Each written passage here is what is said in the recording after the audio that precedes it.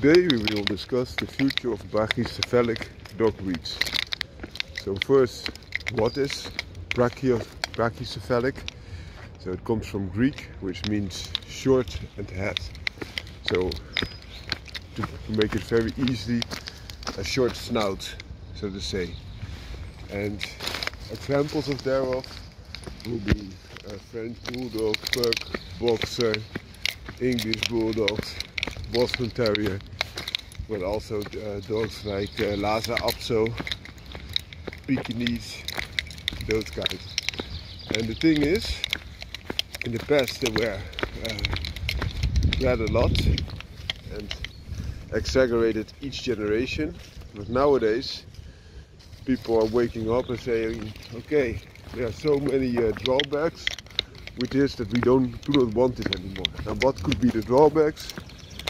This brachycephalic snout comes with breathing problems, also often problems for space of eyes and sometimes even brains. So that's not something that they like. And if they have breathing problems, of course their athletic ability and their hearts will have a hard time.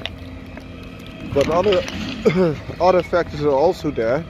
It's very hard to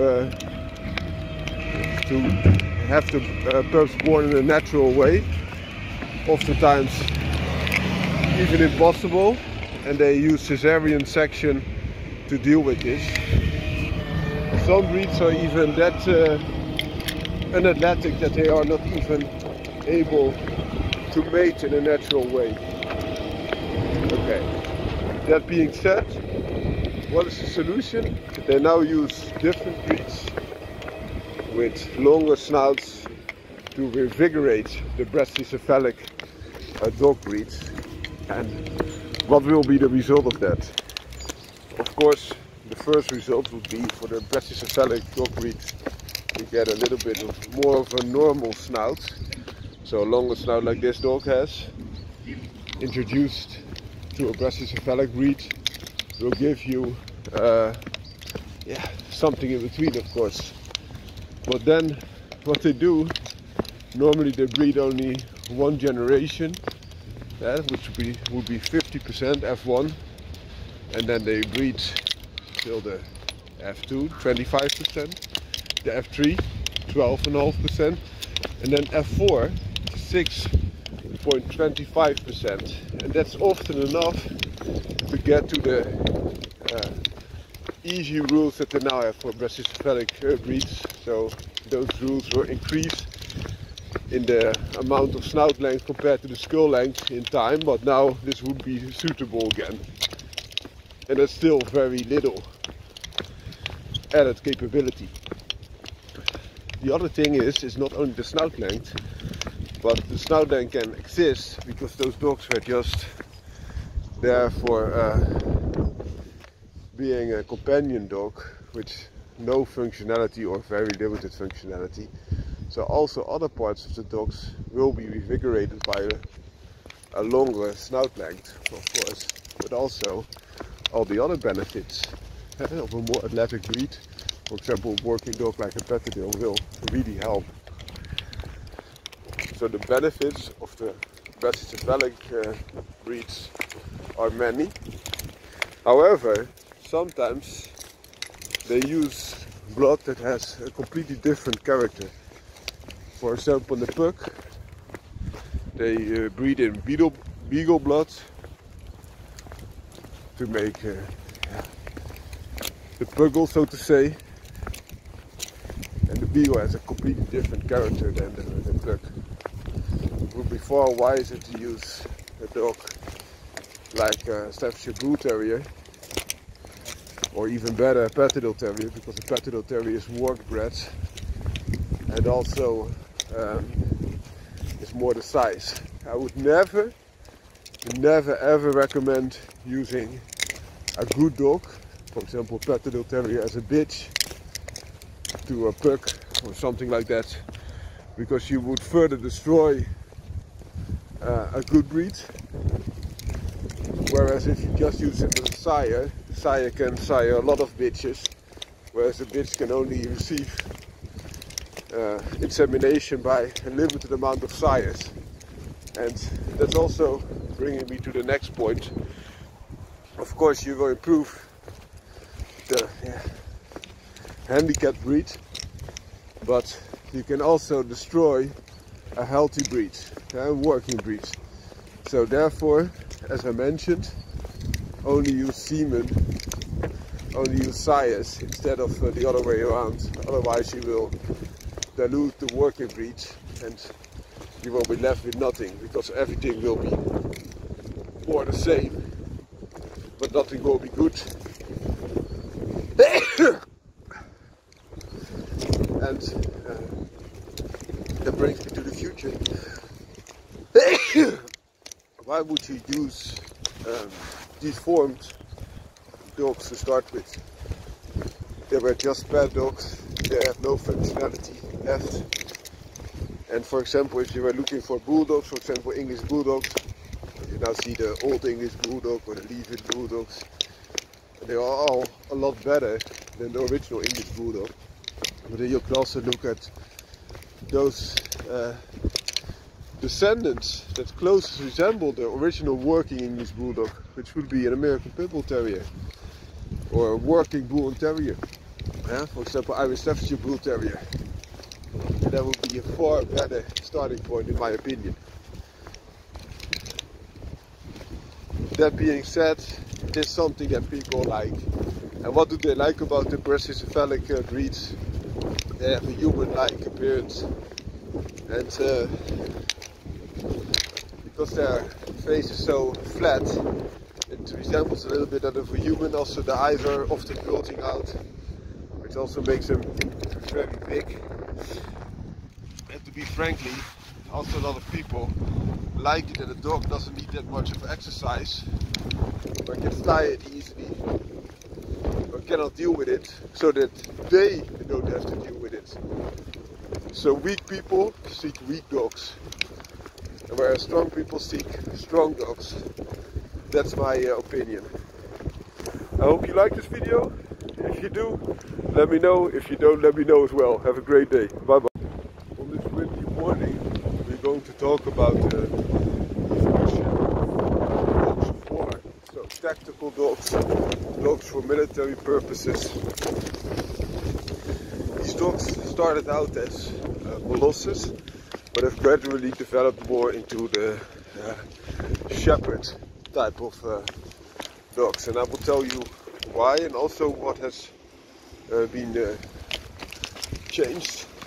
So first of all, why were the first dogs of war more of a molosse type? The purpose of these type of dogs were, to say it very bluntly, cannon fodder, and also to deal with other animals. So what do I mean in this this context? Dogs were used to combat cavalry, so people that brought their horses and were passed to the infantry, so the people on foot, because they would have enormous impact, would travel fast, and would just flank and pierce through those infantry troops. And what they did is they used dogs, and they put either fiery pots on their back and sent them in. So then they walked under the horses feel the flames and would just go on the back legs and throw off the riders. Another option would be that the dogs would carry spikes on their backs or blades with a similar purpose, to cut open the horses from underneath or their legs, and that also would render them unusable. Very often these horses had armor, and the underbelly was often easier to be targeted, as well as the legs. Another thing is that they also use these dogs to have hand-to-hand combat, or dog to infantry especially combat, and they would just have to fight. So either by attacking those horses, you should have a decent size and also decent strength to cut them open or carry those fire pots, but also in the context of hand-to-hand combat, you need a strong dog to be a man stopper. So as we discussed, one of the properties would be strong dog, which the Molosses are, very strong dogs, but also a very brave dog, because even horses oftentimes did not want to go into combat, and you need a certain type of dog that will go into the fire, blood, screams, and also the big animals and just charge in. And therefore they use this Molosse type of dogs, which are next to very big, also very brave, and they were called dogs of war. These are the similar types of dogs that are also used in combat in, for example, arenas like the Colosseum, and also were there to just deal with humans. And how did they deal with humans? Is a man-stopping ability, so they would jump up and throw the human to the ground and then ground and pound upon them. A similar way was used against the Indians by the Spanish conquistadores, and derivatives thereof are still being used there. For example, the Fila Brasileiro still carries that blood to a high degree, so big type of Molosse hound type of dog that could sniff them out if needed. This is different than the standard dogs of war that were not that much of a sniffing dog, just thrown in and normally would not survive. So they would be trampled upon and dealt with as soon as possible because they were faster than infantry, for example, and they would just charge in and also very often die. And therefore they did not have the need of enormous amount of interaction between dogs and also human soldiers. So the shepherd type of characteristics were not as much needed in that time, whereas the modern day Fila Brasileiro was also developed out of these dogs of war, but also with more sniffing ability to catch those that were hiding or fleeing, and to also bring them to a halt. That being said, it was the origin of the war dog. Also there were other roles for war dogs, for example communication, and then it would be nice to have a smaller type of dog or faster type of dog. But we can skip that. We just stick to the regular type of tactical dogs. And in this day and age it has evolved from this Molosse type of dog to a herding type of dog, but not an actually herding type of dog. It's descendants of originally herding types of dogs, but that are now more of a tactical, military, police type of dog. So, for example, the German Shepherd dog, that dog was very popular also in tactical operation, but has now been surpassed completely by two dog breeds. One is the Malinois, which is a Belgian herder, but also the Dutch Shepherd, which is a Dutch herder, and especially the smooth-coated varieties are the most used tactical dogs in this day and age. And there's something else going on. Again, they are adding combat genes to make them more dependable, more robust, and also increase their bravery to a high degree. And they do not use normally Molosse type of blood, but they do use Bull and Terrier type of blood. And the Bull and Terrier you can see as a further evolvement of the Molosse, but in a smaller size, even braver, better combat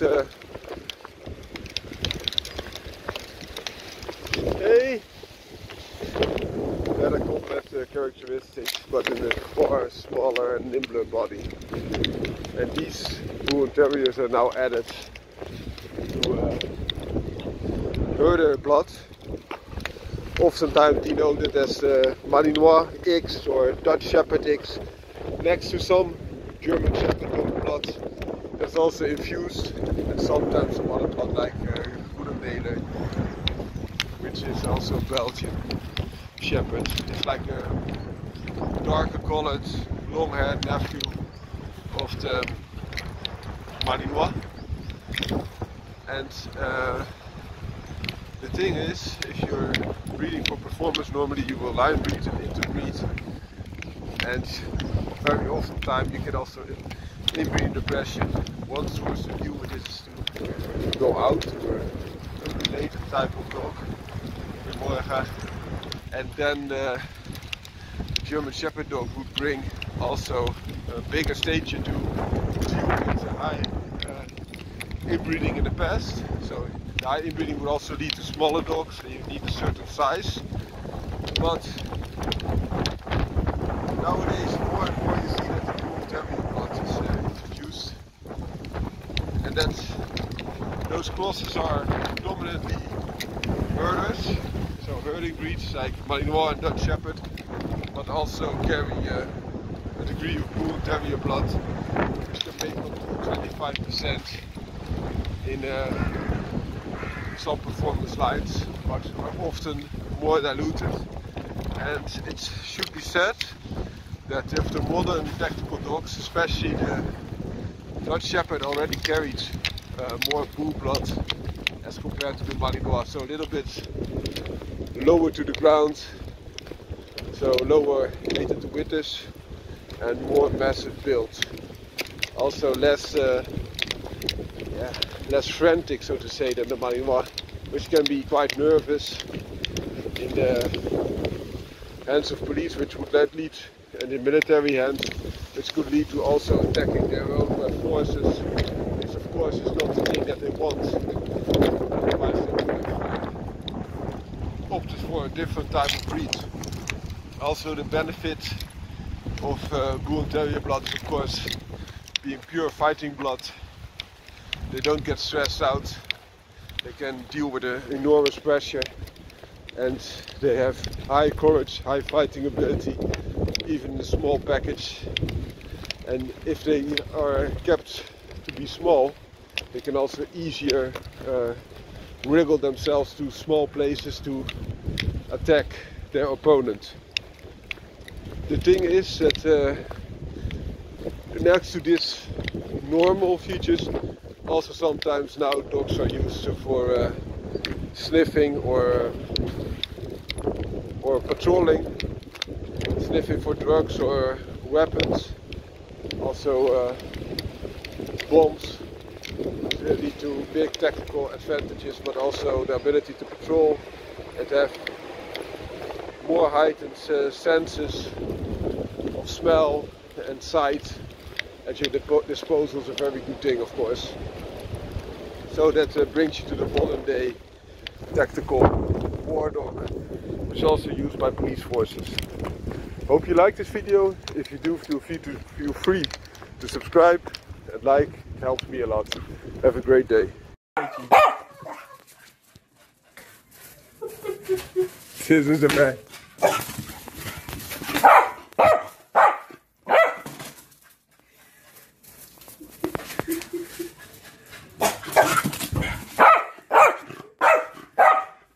Spike rustig.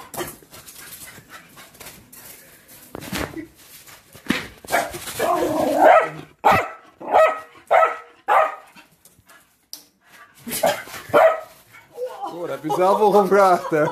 Zo. Ja, ik ben geschuld. Oh jee. Hé, hey, krijg maar jou aan de stok. Hm?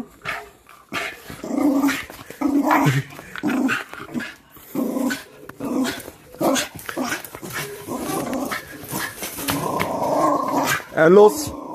Los. Dat is flink.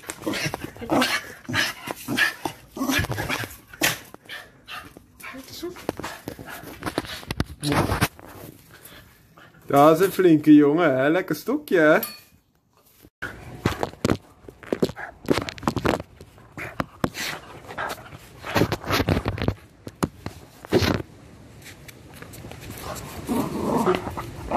Aki, los. Wachten.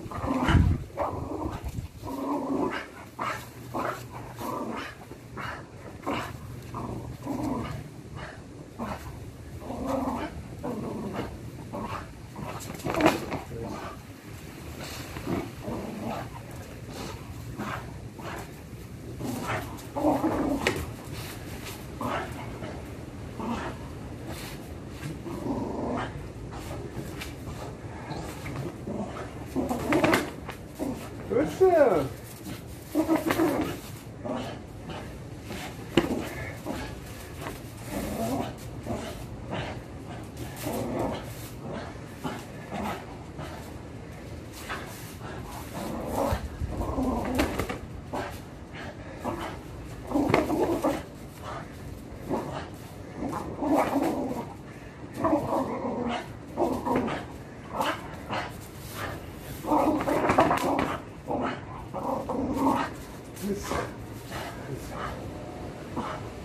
Los.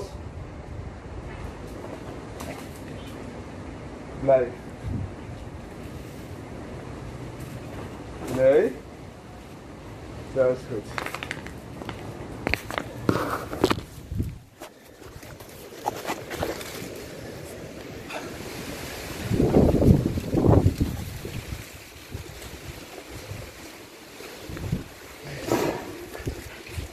Hé jongen, wacht even. De lichtbalans, hè?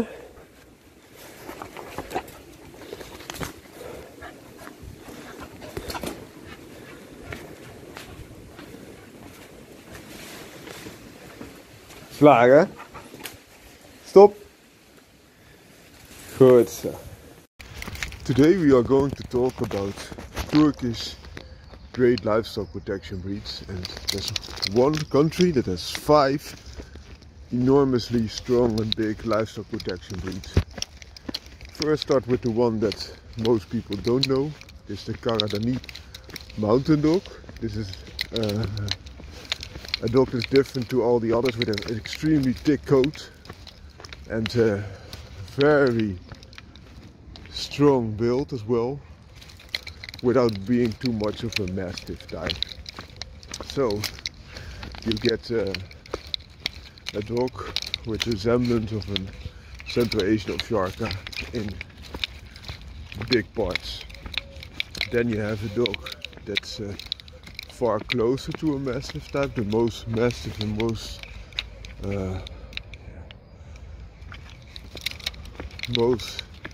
molosser type of dog, with saggy lips and also extremely big bone structure. This is the Malakli.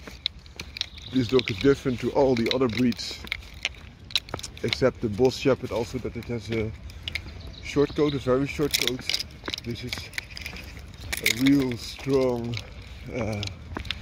dog type, especially very strong for its size. Not the strongest, and it will tell you a lot.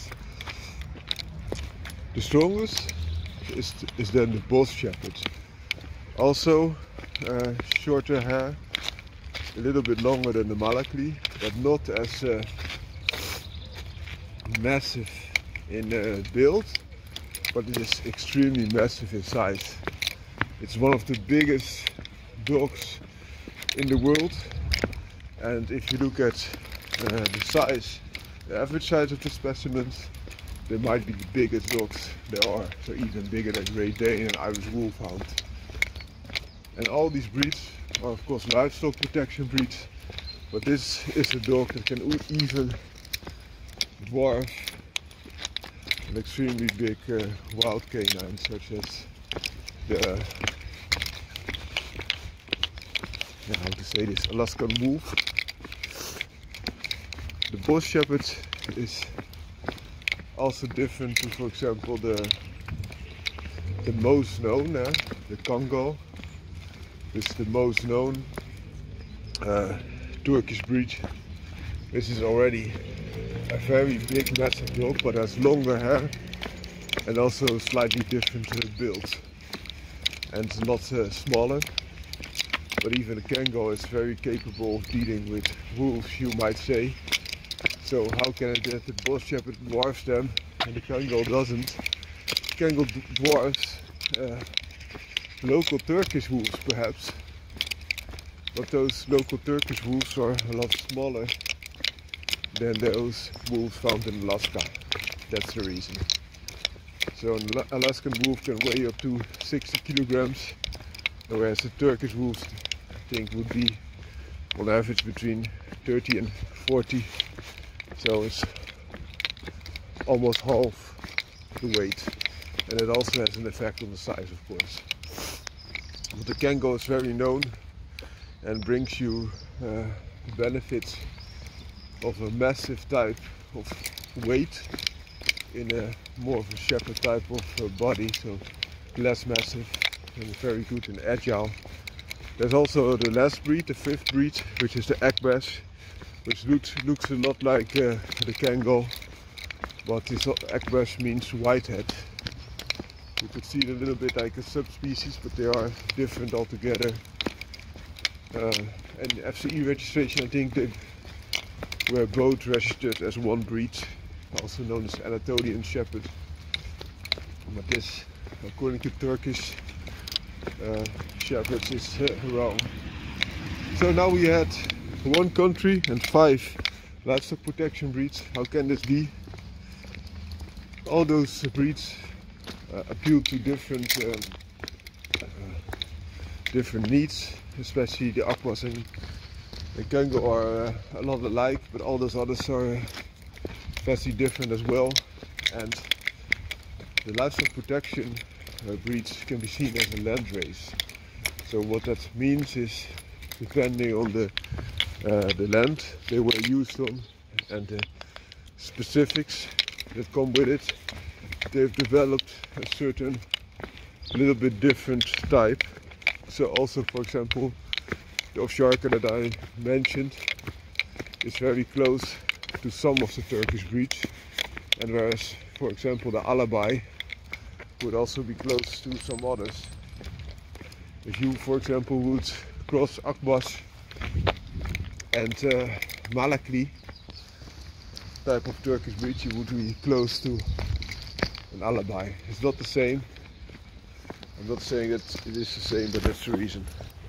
The dog here on the leash is my Patadoc Terrier, not a livestock protection breed in that sense of the word. It is used to protect livestock, especially poultry and sheep, lambs, against foxes and badgers, by going into the foxes and badgers dens, or fells as they call them. Therefore they're also known as fell terrier. And the fell is like a rocky den, and deal with the predator there. Have a great day. Today we are going to talk about the Akbash. This is a dog from Turkey, from the region Eskişehir, which is main a steppe region. Turkey has 5 livestock guardian breeds. I'll put a link in the description, or I will put a video about those 5 at the end of this video, so if you are interested, please also look at that. The Akbash is a dog which is translated into whiteheads, so they are mainly white, and they look quite a bit like the most known livestock guardian of Turkey, being the Kangol, but they are slightly smaller, and their character and behavior is also slightly different. So this is still a dog that has many of the characteristics that you also find in the Kangol breed. So not the massive traits that the Maliki Turkish breed has. It's a big dog still, males between 65 and 85 centimeters at the withers, can be over 60 kilograms in weight. So albeit being a bit smaller than the Kangol, this is still a massive, strong type of dog. Also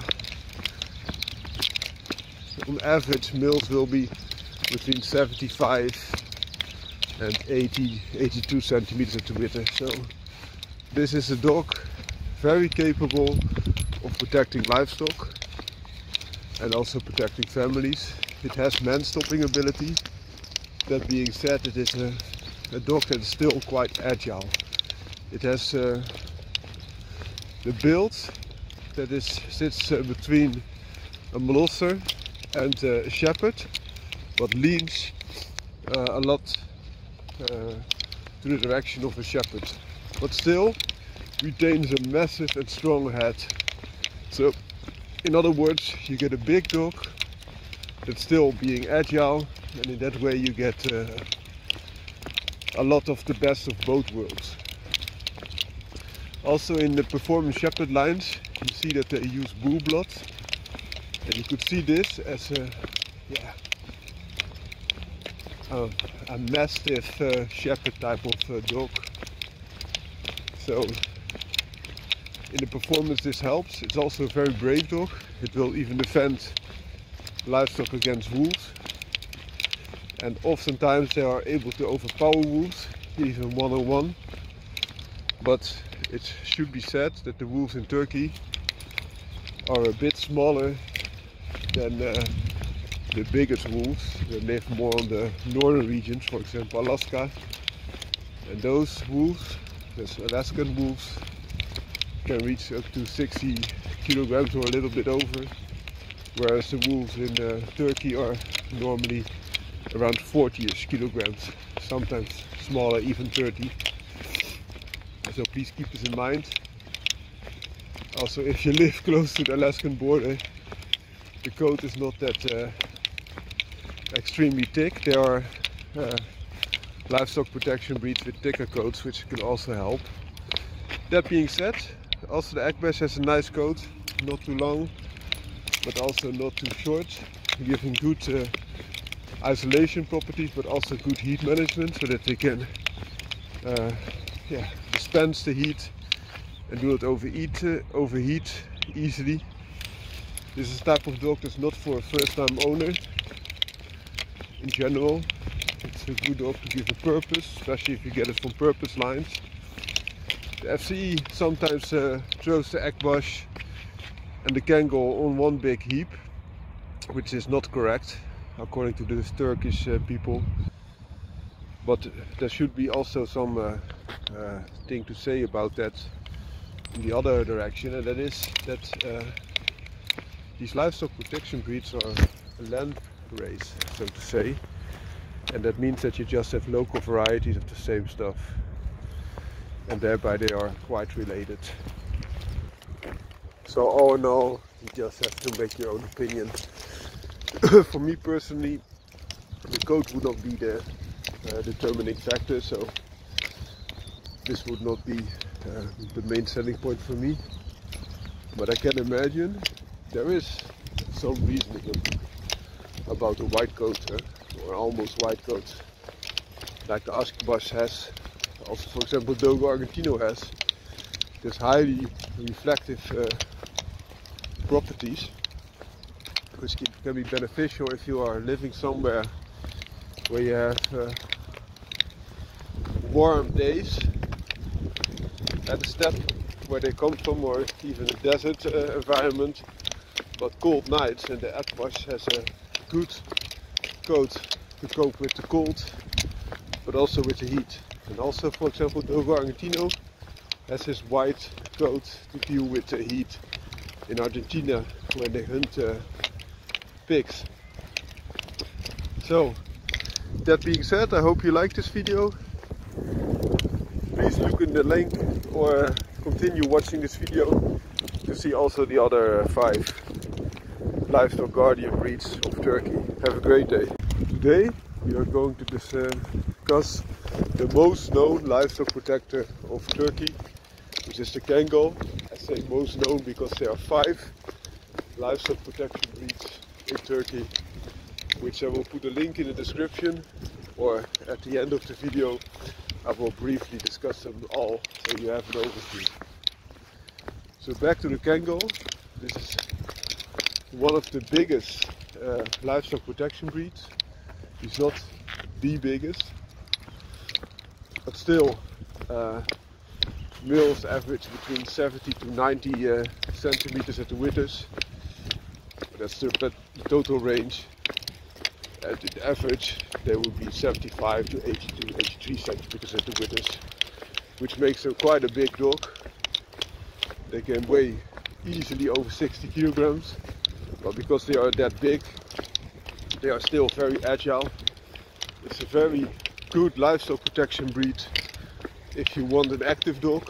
They are much more active than, for example, Karadaini Mountain Dogs. Also the coat is sufficient to protect them against the elements if it's not too cold, but also allows them to dispense the heat, which is a good thing in my opinion. They come in a broad variety of colors, but very often this is more of a sandy color type of dog. Also often with a darker mask. This is opposite to the Akbash, which is a variety that is called whitehead, and those coats are often lighter. Also the Akbash is slightly bit smaller. The benefit of a Kangol type of dog is for a farmer that it protects the livestock against predators, for example bears, but especially wolves. And Kangols are known to easily overpower local wolves. That's part due to their size. They are massive, and also the wolves in Turkey are slightly smaller than the biggest wolf breeds. So in Turkey average 30 to 40 kilograms, and in the Alaskan regions they can grow up to 60 kilograms or above. That's the difference. Also the Kangol looks a little bit like a wolf, but more powerful. Slanted eyes. The connection between nose and head is almost flat. They don't have saggy lips like a mastiff, so you have a nice closed mouth, which I like, instead of those drooling monsters that you sometimes see, which can also be nice, but I do not like them that much. Also for living indoors, if a drooling dog just shakes its head, you will have saliva all over the place, and also if it has drunk water, you can imagine the effect.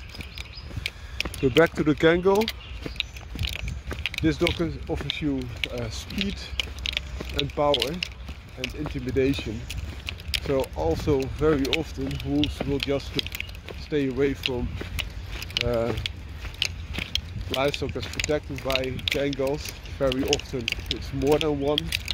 2 to 3 is a normal amount. This is also a good thing because wolves hunt in packs. Also Kangols normally when they are on duty have big collars, a lot bigger than that, but also laced with spikes. So if a wolf attacks them, he will also bite that spiked collar, which of course will damage the wolf itself instead of giving him the advantage. For example, threading the throat of its opponent. This type of dog is big enough, easily big enough to deal also with human attackers. So it has full man-stopping ability. It can throw a man to the ground and also keep it there because of its size, strength and weight. It is easily a bigger, stronger dog than your average Rottweiler, which is already very capable at doing so. So it gives you a little bit of perspective. These dogs need a purpose instead of just being a pet. And you should also take good care because they are very vigilant and you do not want them to attack those that have friendly intentions. Also with other dogs, they tend to go quite well. But all these livestock protection breeds are alpha breeds, so they want to be the boss. And if you have an other alpha or dominant type of dog, it will probably end in a fight, especially if they are the same sex. So please keep this in mind. And the type of dog that a Kangol is, being massively big, massively strong, of working origin, and even capable of killing wolves, you can imagine what it will do with another dog. So please keep this in mind. It's not a dog for every situation, especially it's a good dog if you are a farmer and the wolf is now reintroduced and you're suffering, because this dog will keep the flock safe and also can double up as a guard dog and family companion. But on the other hand, if you have a lot of other people coming in and out, this might not be the dog for you, because it's that vigilant. And also, yeah, it takes a lot of energy for you to keep it released every time when someone is around, so that it doesn't get into problems. So, hope you like this video. I will put a link in the description about the other 5 Turkish livestock protection breeds. And Turkey has a big amount of these breeds and also a rich tradition. And so please feel free to click on that link, or just follow this video. If it continues, then I have put the video behind this one. Have a great day. Today we will discuss the Turkish breed known as Samalakli. This is one of the 5 livestock protection breeds that they have in Turkey, but this is a little bit different than all other 4, being that it's more of a protector breed in general. So not only livestock, just part of the protection, not such a specialist, but it's just a protection specialist. Also houses and tents. This is more of a warrior type of dog. It's also the biggest in weight of those 5. There's more of a massive build, so also a shorter fur, a shorter nose with massive jaws, and also a thinner tail to accompany it. So in this case you could see it more as a boerboel type of dog, but a little bit more athletic, so more on the legs. Also these dogs can be huge. They are normally between 80 and 100 centimeters to width, which is enormous. Just enormous. And this is Great Dane territory. That gives you some insight, but it's a lot more massive dog. Malakli means with lips in Turkish. So these dogs also carry the droopy lips. I'm not a big fan of that, but it oftentimes comes with those massive builds.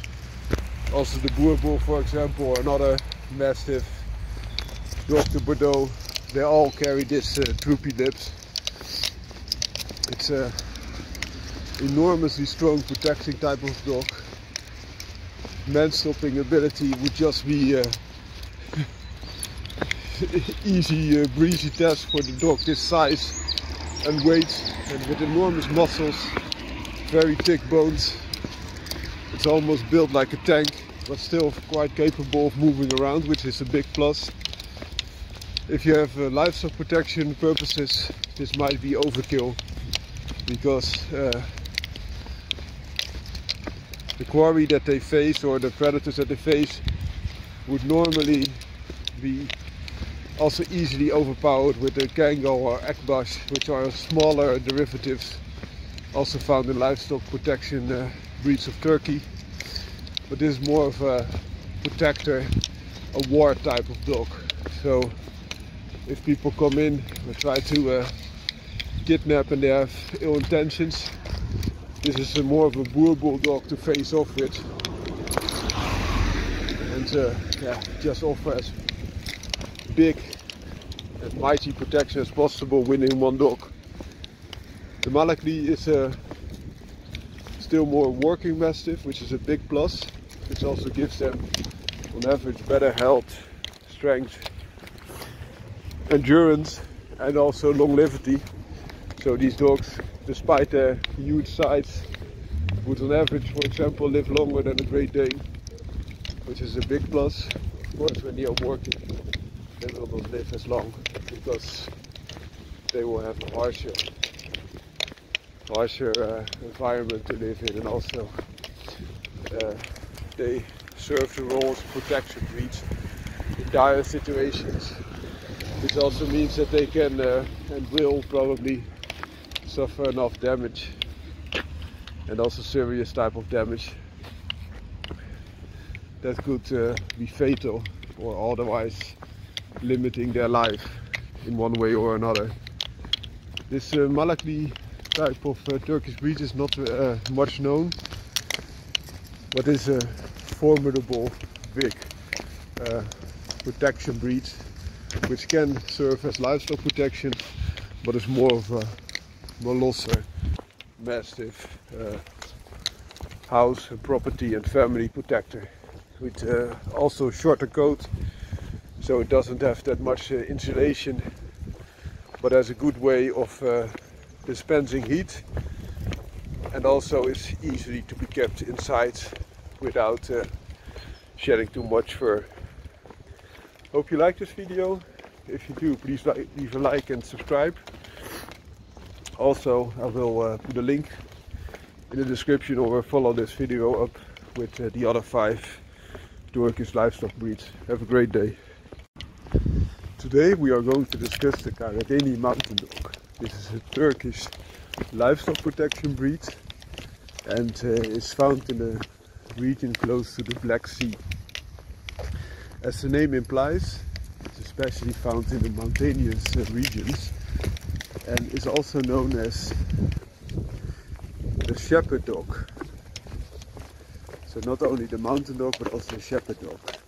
This breed can be compared to the livestock protection breeds that we also find in, for example, Russia. It looks like a smaller Ovcharka, Central Asian Ovcharka. Also a little bit less bulky build. That being said, it has a good stop, still decent size, even big for many of people, because the males can weigh up to 70 kilograms and can have a height of the width up till 90 centimeters of height. So this places them as very big dogs indeed, but not the biggest Turkish breeds. Compared to other Turkish breeds, for example Kangol or Akbaş, or even the Malakli and Bos, they have enormously big coats, so very long-haired animals, which protects them against cold, but also that region is very much exposed to rains, so that coat is also very good at protecting against hypothermia, when rain would normally cause the body to cool down to a high degree. This furry coat also has a good weather protection, especially against rain and cold climates. This type of dog can also be compared to other livestock protection breeds, such as Karadaini Mountain Dog. It's a little bit different in color. Normally this Turkish breed is more of a black, grey and a darker color, whereas the Karadaini Mountain Dog is more of a lighter color type of dog. I hope you like this short video, and if you do, feel free to subscribe. That helps me a lot. Have a great day. Today we will discuss the Bos Shepherd, B-O-Z, and this is the biggest Turkish breed and even one of the biggest breeds in general, whereas males can be over 100 centimeters at the width, but very often between 85 and 95 centimeters at the width. It's an enormous dog. It even dwarfs big dogs such as a Kangol. It also, compared to the Kangol, has a more stop to the face, not as massive as the Malakli, another Turkish breed, but sits in build a little bit between Malakli and Kangol.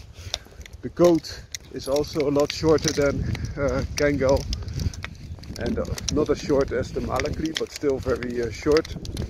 I think it would be 1/3 Malakli or 1/4 Malakli and the rest Kangol in looks, but the size is a lot bigger than both the Malakli and the Kangol. The weight of the Malakli could be a little bit bigger or higher, but the height and the length of the Boss Shepherd is the biggest of all. And this type of dog is found in the southern regions close to mountainous areas. It is an exceptionally big and strong dog. Its coat is a little bit less thick than that of Kangol, and not as short as that of the Malakli, but gives you very good protection against elements that are not too extreme, but also very good heat dispensation, so that they don't overheat. Especially for a big dog, this is a good thing to have. Also easy to clean, and will not easily get extremely dirty. This is an enormously big dog, also very aggressive, with a very strong musculatured body, even stronger than that of a Kangol, also for the same size. Very massive head. This is a dog that could easily destroy even a big wolf, especially if they have the thick collar. This is also a thick collar on my Petadale, but those have thick collars and even thicker, and then spiked. So if a wolf attacks, it will get hurt. The wolves in the Turkish region are a lot smaller than those in the northern countries, especially Alaska, but still big and also fight in packs. The Boss Shepherd is really the boss. So the BOZ is also the BOSS. It's an enormous dog, very intimidating. It has in the intimidation almost the impression that a Bulikuta could give you, which is of an enormous and very strong dog. Bulikuta, in my opinion, looks a lot more intimidating because it has more saggy lips, and also you see the muscles easier. But the Boss Shepherd has a little bit more coat and is extremely capable. I think as a dog to have, I would rather have a Boss Shepherd than a Bulikuta, because it sits a little bit more on the normal side, and I don't like drooling dogs. And Boss Shepherd has more lips, especially as compared to, for example, Kangol, but it's not as lippy as, for example, an Alabai or another Turkish breed, the breed we know as the Malakli, which is more of a mastiff type of breed. So very nice balance, but very strong dog. Makes the Boss Shepherd one of the best wolf killing ability type of animals. It also has the affinity to protect livestock. Well, I hope you liked this video. If you do, please like, comment and subscribe if you like to. Have a great day.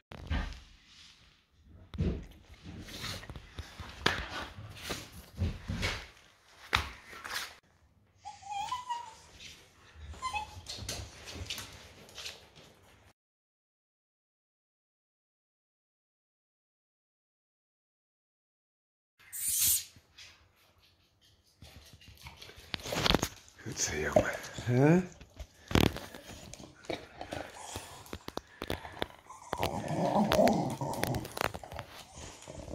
Hey. Zachtjes, zachtjes. Just nipped me a little bit on the finger. Because his tooth slid off the ball.